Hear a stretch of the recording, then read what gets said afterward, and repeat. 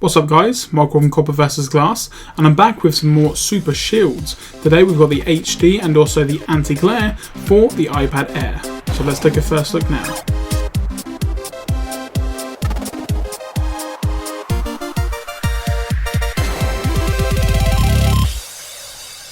Firstly guys, I'm going to go through what you get with the actual packaging itself. Now it is really good in terms of what you're going to be finding here inside the packaging with each shield.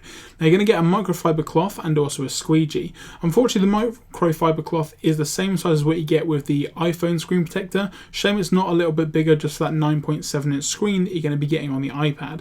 You're also going to get a giant dust removal sticker, which definitely will come in very handy for in a minute. And you're also going to get some smaller ones, and I am going to do a completely separate video on the best way to use these, just to make sure you get rid of all the dust on your display. You're also going to get an alcohol swab, which you don't get with the iPhone version, just to clean the screen completely of fingerprints. And you're also going to get an application book just to inform you of how and what is the best way to install the screen protector on such a large screen. And with every single package of Super Shields, you are going to get 2 screen protectors. And like I said, I'm going to be installing one for you guys now, and then we're going to come back and we're going to have a look at the HD and also the difference then between what we get with the anti-glare. Now installing a screen protector on this size device is definitely a bit of a challenge. Obviously you've got a lot of surface here where you're going to have to clean, make sure there's no dust or anything like that. Now what I would recommend is if you've got a screen protector on your device already and you're just getting a new one, maybe the other one is a bit scratched up or is coming loose on areas, then you're going to want to install it just as you take that one off. Now as with the iPhone protector, you're going to see there's a little tab on the bottom here which you use to stick to the bottom of the device to make sure that you keep it straight. Now one thing that I would say is it does move around ever so slightly with such a big surface area, so what I would recommend is getting 2 of the dust removal stickers and stick them on either side of the main portion of the screen protector that is sticking at the bottom just here, the little red and black tab. So what you want to do is you want to align the screen protector exactly where you need it to go, and like I said, it's very easy, it's not going to stick down because it already has that protective layer on the back. And like I say, once you have done that, take 2 dust removal stickers, and then you just want to replace them on the left and right hand side and make sure that they are secured and they're not going to come off or anything like that, because after all you do want it to be dead center when you install the screen protector, as obviously removing it and putting it back down may make it not so sticky. You may get more dust under it, fingerprints and things like that. So you definitely want to make sure it's perfect. So you can see here that it closes shut just like a door, and it lines up perfectly with all the ports and controls. Now obviously I'm going to give it a quick wipe down, although I did have a screen protector on before. A little bit of dust and things has got on it while I've been installing the actual protector itself. So just want to clean the screen there and then follow up with the microfiber cloth as well. So you want to make sure it's super clean. Now it does take a bit of time. You want to make sure that you're in a really good area. One of the best places to do this, believe it or not, is actually in a bathroom after a hot shower, because there's no dust or anything floating around the air. Now what you want to do is get the screen protector on as quick as possible. So you want to take off side 1, and then you want to lay the screen protector down, and like I say, if you've lined it up correctly where you've put those stickers and everything, you're going to be able to lay it down completely flat, really quick, really simple, and you'll actually see the air actually come out of the screen protector. So if you look from the top of the protector now, you can see that it is working its way down, so the darker bit there is actually stuck, and just below where it's a bit lighter and the air is coming out, you can see it's a little bit lighter there. But once everything's all cleared up, all you're going to be left with is a few bubbles, maybe a little bit of dust, which like I say is very easy to get out. So you want to use the included squeegee that they give you just to remove the bigger air bubbles, and obviously if you've got some smaller air bubbles, I'd recommend trying to push them together to make one large one, as it's easier to push that to the side. Now the tab here for side 2, I had a couple of issues with actually getting it up on that side. The real problem is it just sticks to the screen protector a little bit too much. So what I actually had to do, I had to get my girlfriend to try and put a nail under there just see if we could get it off, and eventually we were able to get an edge up. Now you can see here that when I actually do take off side 2, that it does stick to the screen a lot. It is very stuck down, which isn't necessarily a bad thing. It means that it's definitely protected, and obviously it's a good covering for the screen protector. But the issue that I had was when I was pulling side 2 off, it would lift up the screen protector quite a lot. Now what you want to make sure is as long as it doesn't lift up one edge, you should be fine. You'll see here when I start to pull it back in just a second, then it actually does lift up the middle of the screen protector, which again is not a problem, because obviously all it does is create one giant air bubble which you can just push right out with the included squeegee. So once you've taken off the protective layer, again, if there are any bubbles and things left, you can see that I've got a sizable one just up there in the top left hand corner.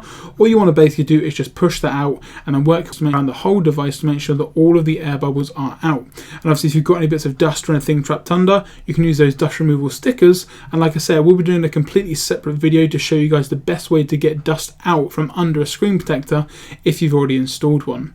What you want to then do is just give it one more final wipe down and you should be set to go.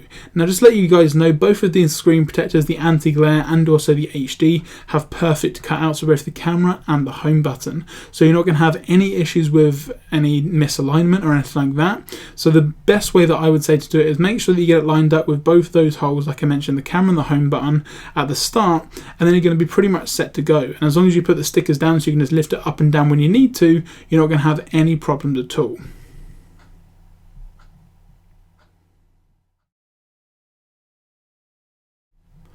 What I'm showing you guys now is just an example of the anti-glare screen protector. So this isn't the one that I installed on my device, but it is available from Super Shields. And again, the inclusion and the packaging is exactly the same. You get the squeegee, you get the 2 screen protectors, the microfiber cloth, etc. But you can see here that this one, the actual reflectiveness has been minimalized greatly. It basically gives it more of kind of like a blurred effect. So the glare is still there, but it kind of blurs it all into one, so it doesn't look as prominent as what you'd find with just a normal screen protector like the one that I've installed and that I'm going to go onto in just a second.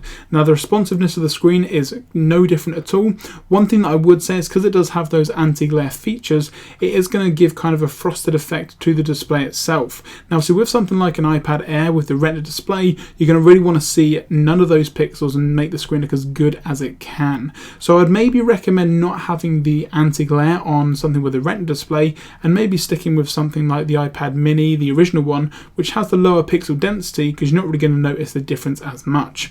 And like I said, looking around the device here at the home button and the camera, you can see that the cutouts are perfect. There are a couple of little bubbles which are still to come out, but if you use the device for maybe 24 hours or so, they should work themselves out all by themselves, which is definitely real handy. Now what we're going to look at is the HD screen protector, and straight away you can see the difference here with glare. If I shine this light over it, you can see exactly what it is. It's like looking into a mirror, but it does feel like you're just touching the display as normal as if it was glass, but it still has that protective layer there, which is definitely really good with a display like this. You want to make sure there's no scratches or anything like that. Again, the cutouts are perfect. You can see here the home button fits perfectly well, and also up here with the camera, also that cutout is perfectly fine as well.